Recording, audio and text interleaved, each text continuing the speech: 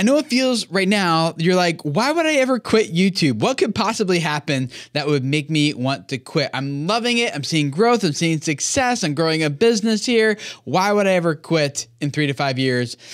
Even though it's super common. Well, we're going to talk with Matt Koval here in this episode. He's been an employee at YouTube for over a decade, as well as a creator himself. And he saw this pattern many, many, many times. Continually, consistently, it would happen. Someone would grow, they get a lot of popularity, a lot of fame, have a lot of success on the channel. Their business would be growing and booming. And then within 3 to 5 years, it would plateau and start to decline. And that creator would eventually get frustrated and quit.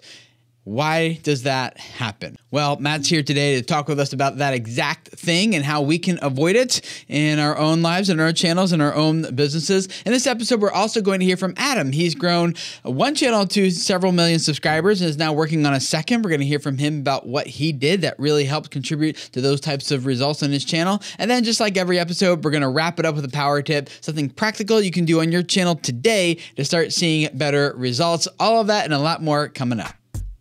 Hey, welcome to the Video Creators Podcast. You know how you put a lot of time and energy into your YouTube channel for not nearly enough growth?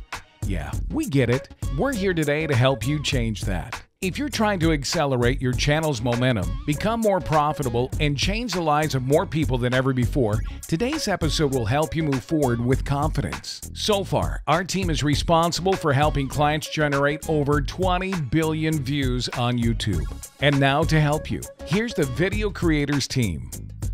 Hello creators, how are you guys? It's great to see you again for another Video Creators Podcast episode like we do here every week to help you reach more people, change their lives with the channel, with the business that you're growing on YouTube. And we want to start that off by changing your life so you can go reach and impact other people's lives with your content. I am really excited to have this conversation with Matt here today because I have been a creator on YouTube since 2006, right? So we are getting up there. Another several more years, 20 years, my goodness, on YouTube. So this life cycle thing is real. I've seen it and I've experienced it myself. I don't know if many of you have noticed, but it's been about 2 years since I was actively publishing content on YouTube. And then I'll share a little bit about why when I talk with Matt here in a second and what kind of impact that's had on me and our business. But first, before we dive into that conversation, I want to introduce you to a creator named Adam. Now, I met Adam a few years ago. He was working really hard on growing his channel and he just couldn't get traction. In just a little bit, he'll tell you about the results that he was, or more accurately, wasn't getting. And then we worked with him. And here he is today. He's got several successful channels, one with almost 2 million subscribers and another one that's making its way to 1 million very quickly. And so he's going to share a little bit about his experience. I'm going to be back after this quick little message from Adam and with a couple other thoughts, and then we'll dive in. Before working with video creators, I had worked on my channel for over a year, putting in 40 hours a week and struggling to get 300 views after a year. After working with video creators, I had 60,000 subs within 4 months and eventually ended up with 2 million subs and over 500 million views. If you want your channel to grow, the best investment you could possibly make is working with video creators. If you want to experience very similar results as Adam experienced on his channel, then there's a link in the show notes that you definitely need to check out, or you can go to videocreators.com/7signals, SEVEN-SIGNALS, 7 signals. And I want to give you this free training. It's about 40 some minutes long where you can listen to a double speed, of course, like was how I always consume my content, right? And a lot of the main problem that people like Adam and a lot of people have getting started and growing their channels and finding success is just getting that initial momentum. They are getting some new viewers, but the bounce rate's really high. They're not sticking around. They're not engaging. They're not subscribing. They're not watching more content. How can you fix that? Well, this free training is going to help you do that. It's going to go into 7 signals that every viewer on your channel needs to quickly pick up on in order to feel like, where have you been my whole life? This is exactly what I'm looking for. Get that emotional connection going very quickly so they subscribe, they watch more, they come back, and ultimately become a customer of you and your business. So check it out down there. You also, as you go through that process, we're trying a new thing we haven't done before here, offering free discovery calls with people. So if you're like, yeah, Tim, I've been kind of thinking about working with you guys, but I'd love to, find out more, but I don't want to pay to find out what that's going to be like, so you can go through that 7 signals training, and you'll be introduced to how you can schedule a free discovery call with someone on my team and talk about how can we help you? How can we help you grow, reach your audience, reach your goals on YouTube? So check out the link down below. We'd love to help you the same way we helped Adam.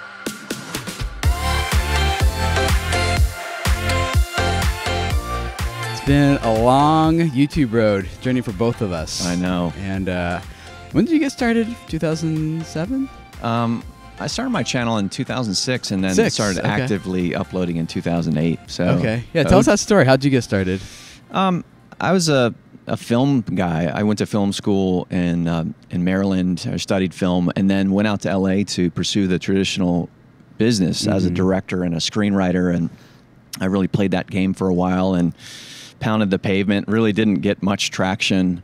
And then this YouTube site was coming around and all these kids were just getting like crushing it in views. And I was like, this looks really fun. And I don't have to go through agents and managers to read my screenplays and assistants. I don't need permission. And so I jumped in with some of my film school knowledge and started telling stories in front of the camera.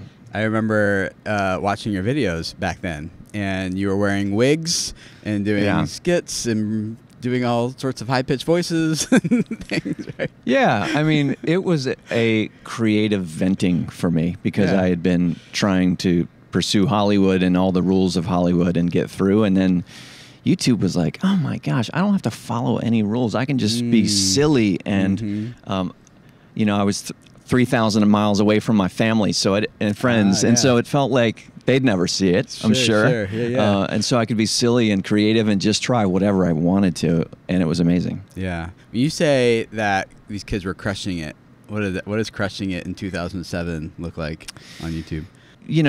100,000 views a video. Oh, yeah. Today that would be equivalent to like what, a couple million views? Yeah, definitely. And at first I uploaded my award-winning short films to YouTube, and I thought, well, surely the world needs these. Will crush it and go viral. But and they got about 22 views each. And then that was in 2006, 7, and then in 8 I was like, all right, what am I not doing that all these kids are doing? And I was like, I guess I have to get in front of the camera and really personalize this thing. And I was a behind-the-scenes guy. I did not want to get in front of the camera at all. I was a video editor, cinematographer. So I forced myself. I got some awkward video blogs still on the Matt Koval channel from the early days. So. Well, somehow along the line, YouTube finds you. And tell us that story. How did they find you, and what did they hire you to do, and what did your journey at YouTube look like? Yeah, I was a part of the very first Next Up program that YouTube had, and it was in 2011. Oh, I applied for that. I did not get in. And I did the contest and didn't get enough votes. But there's some big creators today still, like King. Zach King was a part of that too, right? He's definitely the big alumni story from that class of creators. But for the first time, I met Google employees or YouTube employees through that experience. And over the week of workshops that we had, I ended up sort of connecting more with the employees than I did the creators. I don't know if it was because I was older or what, but I got some funding from YouTube through that program, and I ran my channel for a year more or so. And then with the arrival of my son, I was like, I really need a big boy job. I need steady revenue. And back then, YouTube didn't have 10 ways to monetize and all those things. Right. I started looking out there, seeing how I could parlay my success on YouTube into some sort of steady job. And I looked at advertising and marketing, and they were like, well, I don't know what you can do with this channel. Like, it's not that impressive. I ended up going back to the people I met at YouTube and saying, hey, do you ever hire creators? Would you ever be interested? Yeah. And sure enough, there was a role as a content strategist available. And the hiring manager was a guy named Ben Rellis. Oh, yeah. Who's pretty legendary in the YouTube world. Yeah. And he was putting together a creative strategy team, and he was trying to find people with credibility and experience as creators. who also could survive as corporate employees in the Google environment. Oh, no. Yeah. I thought I'd last about 9 months as really? a corporate employee. Yes, I was like, I'm too much of a creative. I'm too emotional about things. Like, I'm just not going to last. I can't do it. And I lasted 10 years. 10 years. Yeah. And so through that 10 years at YouTube, you started off as a content strategist, which back then no one probably even knew what that was or what that meant. Not even the person who was hiring the role. They're like, you got to figure out how to do your job, you know? Pretty much. Yeah. Pretty much. And then when you resigned, you were creator liaison. I know you did a bunch of roles in between, but your last gig, creator liaison, this is how I describe it. You tell me if it's accurate or not. You were the face of YouTube for creators. Is that accurate or not really? I guess so. In other words, like creators are like, hey, we want to feel like we're connected to this platform in some way.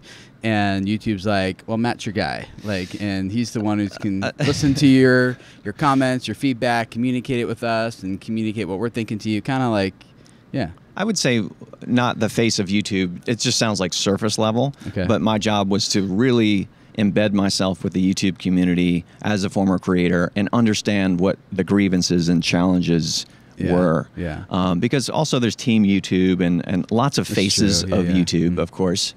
Lots of liaisons in a way, unofficially. Right. But this was the first time they came up with a role, or we did together, to have an official person kind of be an advocate for creators and be given a lot of independence and a big mouthpiece internally to complain and say, hey, creators don't like this. And they let you know when they don't like something. That's right. That's right. So, yeah. So as you look back over 10 years of being a creator as well as working at YouTube, what are some of the things you're like, you know what? Creators just need to hear this. If they're trying to grow successful businesses on the platform and get views and subscribers and make money, through all your experience, what are the top things that come to mind? You're like, you guys need to hear this. Yeah. First, I think creators need to realize that they don't own the platform that they're on. So they are kind of like renting or leasing or using the platform. And that's okay. But they need to understand that. And over the years, I've met with thousands of creators, and many of them very upset about certain changes to YouTube.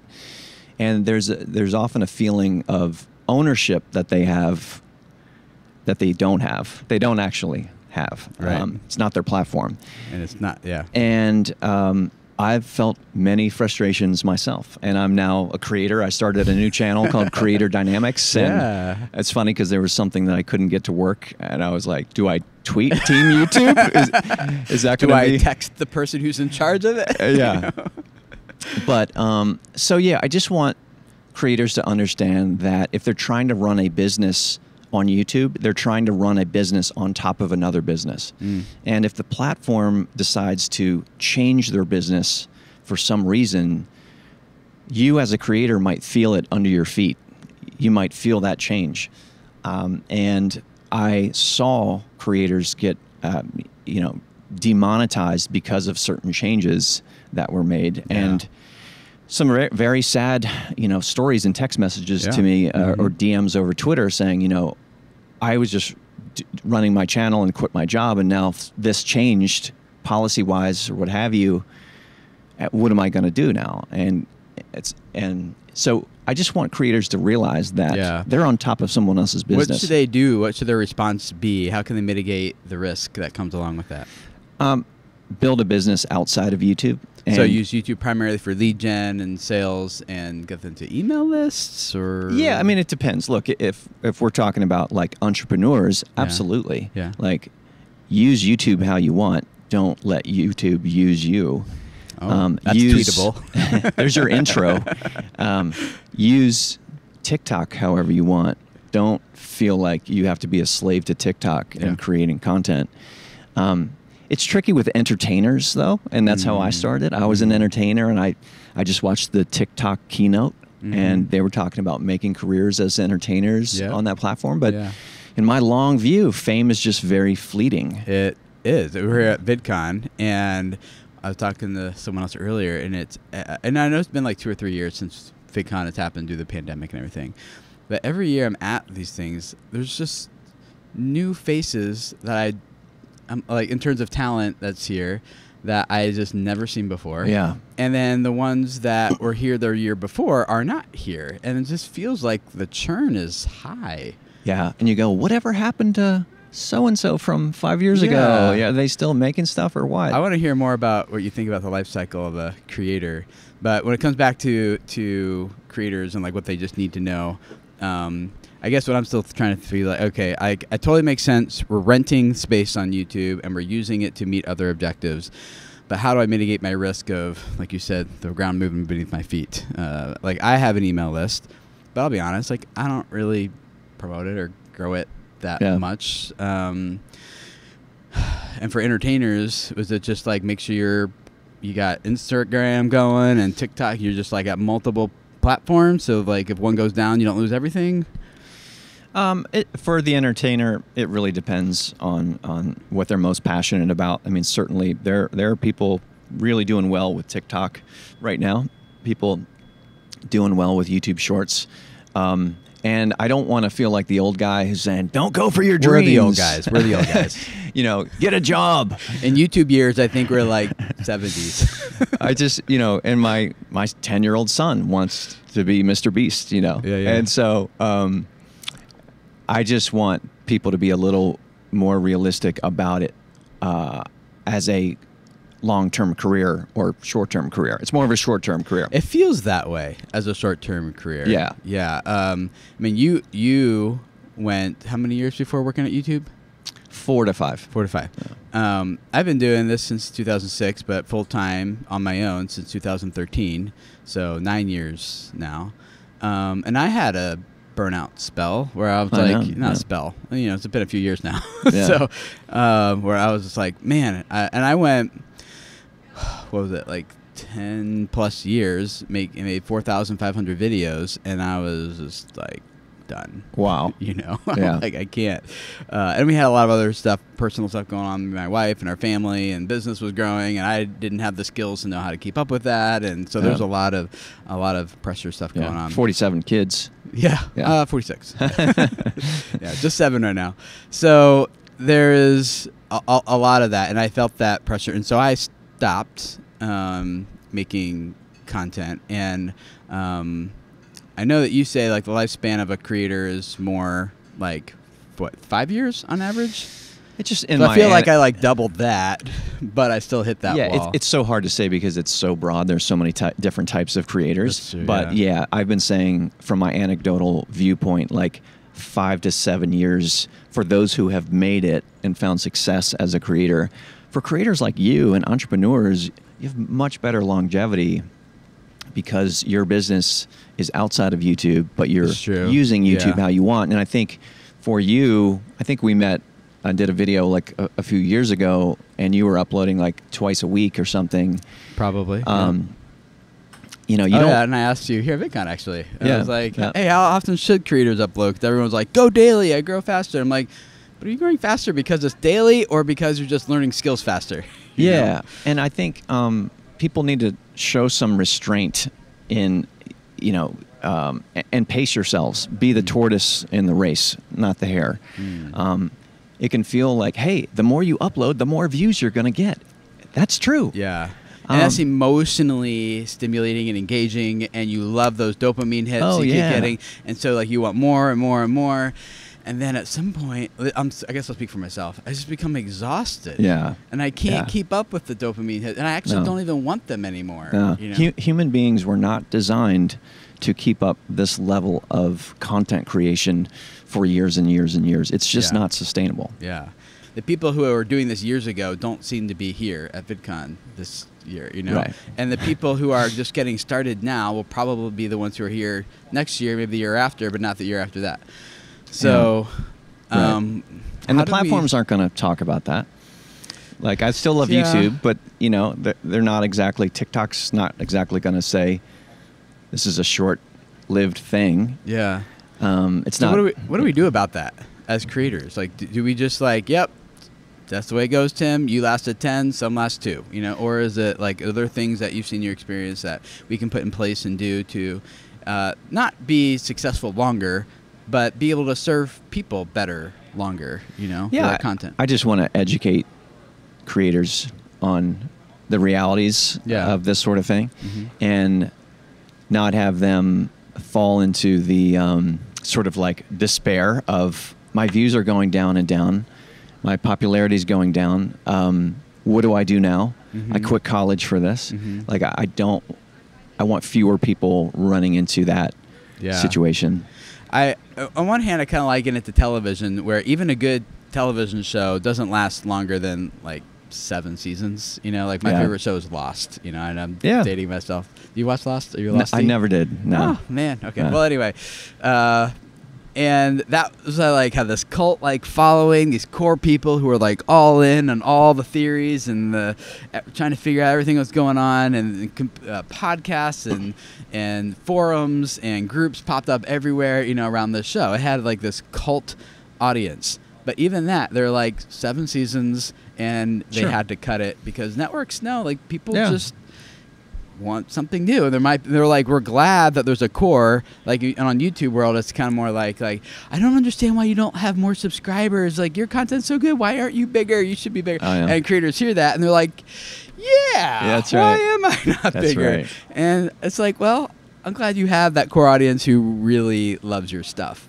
And if more people felt that way, there would be more people here, right? Yeah. And so I kind of liken it to just even what television's figured out. Right. It's just like there's a lifespan, and then the broader audience wants something new and fresh. So the creators that I've seen who have been here the longest, you know, I'm talking like Shane Dawson and Philip DeFranco and people like that, they seem to have this knack, just like a good musician who's lasted a long time. Like they tend to like reinvent themselves every year or 2 or something like that, and it's not always a hard left turn. It's usually like the same value proposition, but delivered in a completely new and fresh way, right? And so when I see those, like in music world, for example, like how many times has Madonna reinvented herself? You know, and every album's like kind of different. So I think that for our creators, like one thing maybe we can do to mitigate the risk is one, pace yourself. Like, I know you kind of want dopamine hits, and you get the energy and the excitement and the passion. But then 2, it's like you always got to be experimenting, trying new things, testing things, and never getting comfortable and like, this works and I'm just going to keep doing this. It's like Dude Perfect, for example. Been around for a long time, and they go from trick shots to stereotypes to overtimes to bucket list, you know, to like all these different things. Like, and they're not even doing trick shots anymore, right? But people love the relationship and the between the guys and the stories they're telling, so it works. So I think if you just continually reinvent yourself and experiment, that there's something into that too. Just pace yourself. I started this new channel, and I'm experiencing once again what it's like to start a new channel. I haven't started a new channel since 2006, basically. And so I'm getting to re-experience everything, the incredible highs that you can feel, and then the feeling of coming off of that, and the feeling of looking at the studio app and being like, what do you mean that video didn't perform well? But to your point about TV, there's so many parallels to the traditional business. I mean, if you think about the actors that you loved 10 years ago, or the actor. That's true, I love John C. Reilly 10 years ago. I'm like, what's John C. Reilly doing now? And musicians, who did you love as a teenager? What bands? Are they still around? No. So, I mean, Shane and all Dude Perfect, they are the exception for sure. The thing about YouTube versus TV, on YouTube, nobody's going to cancel your show. I used to know a lot of actors in LA in sitcoms and things, and they would have a nice run on a sitcom, and then their show got canceled because views were down. The people who aren't emotionally engaged can make those choices, I guess, right? Yes, the business people do, and it's a very upsetting, but they move on. But they're not wrong, you know? On YouTube, nobody's going to cancel your show, or TikTok, and so you can make it forever, and you can make it until only 10 people are watching, if you really want to. But that's kind of like the wonderful thing about these platforms and the real challenge about them. Would you say, is there any advice that you have for someone who's feels like they're plateauing And after the plateau comes the decline. Is there something they can do in that stage that would mitigate that decline? Well, let's parse out entertainer and entrepreneur. Sure. Because Okay. Yep. you're a very different category from Yep. entertainer, Yep. from a Shane Dawson. Yep. And so who are we talking about?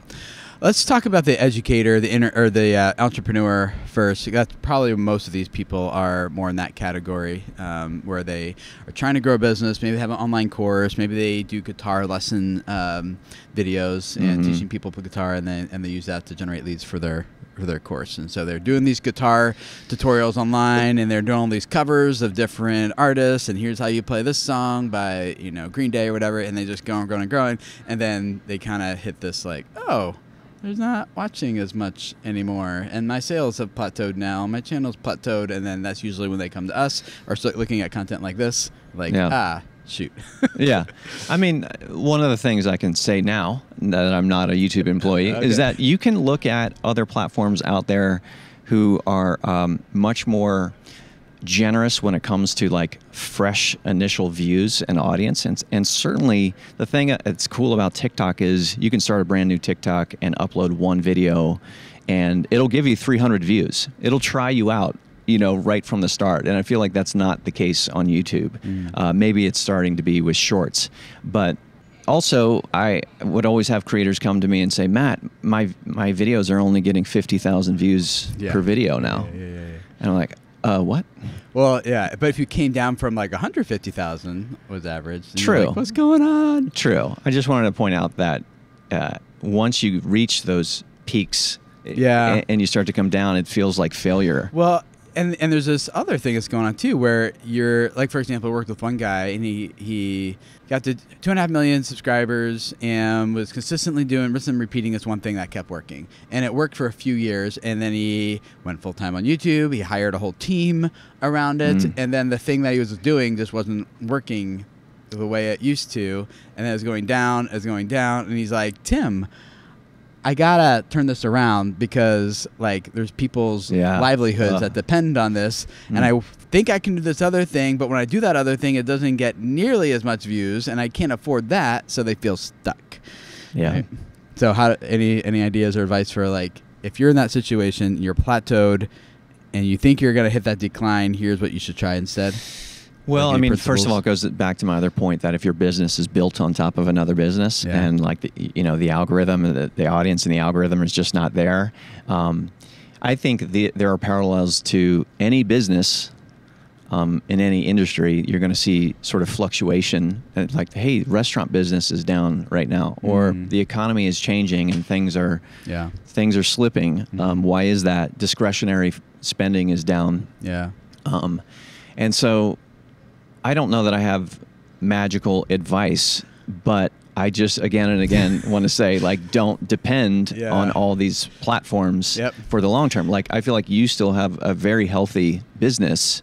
It's still going all right, yeah. And your videos are not getting 100,000 views. No, but I am certainly, like, for my actual stats, we were doing like million-some views a month, right? And business was growing. We were doing like several thousand new subscribers a month.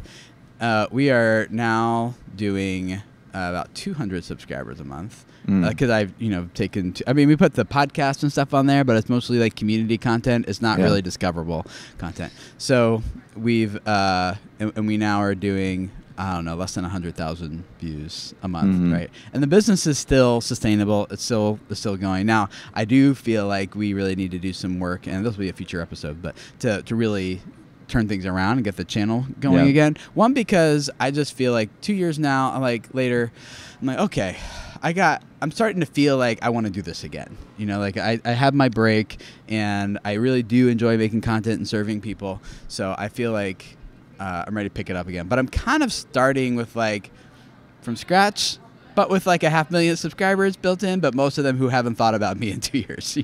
So, but my advice, I guess, for someone who's like plateauing is the one, reinvent yourself. But I found that most creators have a really hard time reinventing themselves because it feels risky to do something you've never done.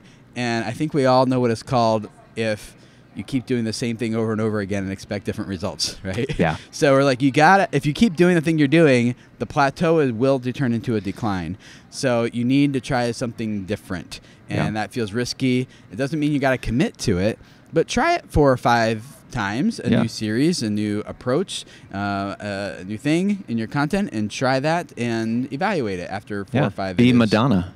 Yeah, right? Keep trying. And utilize all these. Look, all these platforms are competing against each other now. Yeah. And it's sort of like, what is it? There was like some slogan, like, when the banks compete, you win. You know, it's like when the platforms compete against each other, you win as a creator. So jump over to TikTok. Try your thing on TikTok. Like, see what it can drive. Use YouTube Shorts. I mean, somebody said to me yesterday here, Shorts are a great way to do CPR on your channel.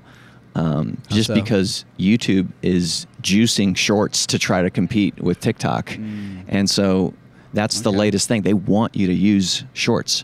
And so make 10 or 15 shorts and crank them out and experiment with that to see if you can invigorate your channel using a new feature that the platform wants you to use. You know, it's going to help you boost your viewership with it. I think I'm so old school. I think best in terms of like 6 to 8, 10-minute videos. You know, I have a hard time. Me too. And I've done some, but I'm like, whew, it takes way more work to do something well in 60 seconds than it does in 8 minutes. It's a lot of editing to do a great short. Like Mark Twain or something, who said like, hey, I didn't have time to write you a short letter, so I wrote you a long one instead. Right? I like it. Something like that. I mean, I came out to Hollywood like, I love character-driven dramas like Shawshank Redemption and this movie called Paris, Texas, and these long dramas. And here I am, you know, in YouTube land, and I was working on 5 to 10 minute videos and best practices around that, and now it's 15-second videos. So Well, one way to reinvent yourself, guys, I found like the most practical way to do this is to you've heard us talk about primal branding before. I'm not going to get into it all here, but basically people just update parts of that code. They use new sacred words. They have different rituals they introduce to their audience. They have a new angle on their creation story that is fresh and new and meaningful. The beliefs, the creeds change, and so like it's still the same value for the same audience, but when you change all those 7 different primal branding elements in your content, it makes it feel very fresh. And then you got to change the format and the style too. But all of those things combined is usually what we find works the best. Yeah. So, is there anything else from your experience on YouTube that these creators need to hear? Take it easy on looking at analytics. Again, restraint. Just step back and use YouTube the way you want to. Don't let it consume you. Yeah. And build your business off the platform so that you are less likely to feel the effects of the algorithm and any changes that are going to happen. Right. And then I guess I'm recapping, but utilize these other platforms too. Experiment, shake it up. Where would people follow your new YouTube channel to see how the YouTube Pro does it? I started a channel called Creator Dynamics, and it's just a place I wanted to start, a place of my own to talk about these sorts of things. Yeah. I'm also very in line with my mission, which is to help the longevity of creators, creator careers. I'm working for Mighty Networks as their head of creators. Yeah, congratulations. Thank you. Yeah. And it's a great community platform where you can charge access for a community and create online courses inside the community. The average amount that creators charge is $40 a month per member. Yeah, I saw the math on this. Go ahead. Yeah, it ends up being like a significant revenue stream without a lot of extra work, because you're not like creating content for an audience. You're just the host of a great party. Yeah, there's a difference, in my opinion, between a community and an audience, and I know a lot of people use these interchangeably. I define them as like an audience is when you're on stage and the monkey's doing his little dance, and there's a whole bunch of people just watching. And then when the monkey stops dancing, the people leave and go away. But a community is when the person on the stage somehow gets the audience not just to look at them, but to turn and start interacting with each other and getting more value from each other than they were getting from the person on the stage. And that is really powerful, because not only because they're way more emotionally engaged with the brand and they keep coming back more and more, but because they're more likely to make a $40 a month transaction. Absolutely. Because of the value they're getting, not just from the content, but from the community that's there that they get to access and interact with. And when you hear these platforms talk about your community as a creator, they're usually talking about your fan base as a creator, your audience as a creator. When people talk about the, your followers as a community, even the community tab that YouTube has. Like now that I realize that it's not really a community. It's just it's like a broadcast posting board mechanism. Or something. Yep. Great point. But you guys did, what's the calculator again? Creatorcalculator.com. Okay. I believe that's what it is, or creatorscalculator.com. Yeah, so it's there's a lot of these calculators that exist, but this one's just a little slider, and you can see like, okay, how much money could I, if I want to make $80K a month, for example, let's move it up to $80K and be like, on average, this is approximately how many views you would need on this platform and this platform, and lots of different platforms, streams on Spotify, everything, or like a couple hundred people giving you $40 a month, in a network, which isn't a lot of people. Now, the unfair part of that calculator is like it's way more passive to get someone to click subscribe or to watch the video than to sign up for $40 a month. You got to do more work, but it is way more sustainable financially in the long term, and you don't have the ground shaking beneath your feet as much. Not just that, but people really pay attention when they're paying for something. Yeah. Like there's so much free stuff out there that if you actually pay for a newsletter instead of, getting the free ones, or, if you look in your email and all these newsletters pop up and then there's the one you paid for. Yeah. I guarantee you're going to click on the one you paid for. Yeah. And so even at Mighty Networks, we see so much engagement, even for people who are just paying, $9 a month for a community. Mm-hmm. It's awesome. Well, guys, there's a link to his channel down in the show notes. You go check it out and follow along, especially if you're a more business-minded entrepreneur, educator on YouTube, and you want to hear more about longevity and growing businesses and forming actual communities and things on socials. Go check out Matt's channel down below. Let's keep it real.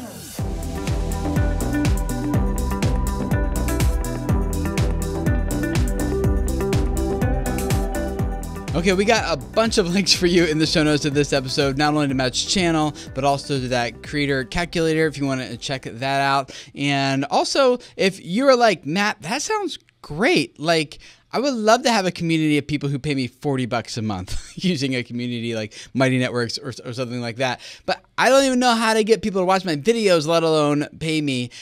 This training I mentioned before, the 7 Signals training, is exactly what you need. Go check it out. It's going to really help you be able to learn how to quickly connect with your first-time viewers in your very next video. It's not like some just like impractical thing that like, okay, I got an idea of how to think differently or whatever. No, this is free training. You're going to learn 7 signals that every viewer needs to quickly pick up on from you in your videos in order for your channel to grow. So it's completely free. It's about 43 minutes. And then you'll also learn how you can jump into a free discovery call with our team if you want and feel like that's a great next step for you. So check it out, videocreators.com/7 signals. Now let's wrap it up with this week's power tip, something you can do practically on your channel to achieve results and see some growth. There's a new feature on YouTube called clips. Now what clips are is it lets you select and share a small portion or a clip, right, of a video or a live stream with others just by clipping it. And then those clips can be shared on other social media channels or other communications. You can email it, you can text it. Now it's not like actually taking the video footage and creating a new video with it. What it's doing is basically now you can link to anywhere between 5 to 60 seconds inside of a video, a longer video. And so when someone clicks that link, it takes them straight to that 5 to 60 second clip that you cut out, and it plays it inside of that video. So if someone's doing like a clip goes big, you could see a huge audience retention spike in that point of your video, for example. So it's not taking your footage, just linking to a specific part of your footage in there. And so if this is great for like live streamers who have like you just have like one highlight that you wanna do. And it's great for like you've got maybe you make long form content like podcasts or something. You don't want to like make all these different clips. You want all the traffic to go to this one video, but here's a highlight you want to share, and here's a highlight you want to share, and then people can easily go and watch the full video from that clip. So I'll put a link in the show notes where you can go to YouTube's help page. A little video there explains more about how this works. So go check that out if that's of interest to you. And I'd love to have you join our pod squad inside Volley. That's our community. There's almost 700 creators in there now. I love just talking about growth strategy and gear and tech and what we're doing on our channel, answering questions. And it is a great place that if you listen to an episode like this and you're like, wow, I have so many different thoughts or questions or things, or I want or this, whatever comes up for you as you listen to this episode, and you want to talk about it with the rest of the audience, the Pod Squad that's here. I keep getting people saying like, bring Podience back. Don't do Pod Squad. I can't ever. It's really hard to make that decision. Like everyone kind of just wants to go back and forth. But anyway, so you can go to videocreators.com/podsquad and join our Volley community. It's a video-based messaging platform, so we all can have one video conversation together, which is great. And yeah, so check that out down there as well. And we will see you guys again next week for another Video Creators Podcast episode. See you then.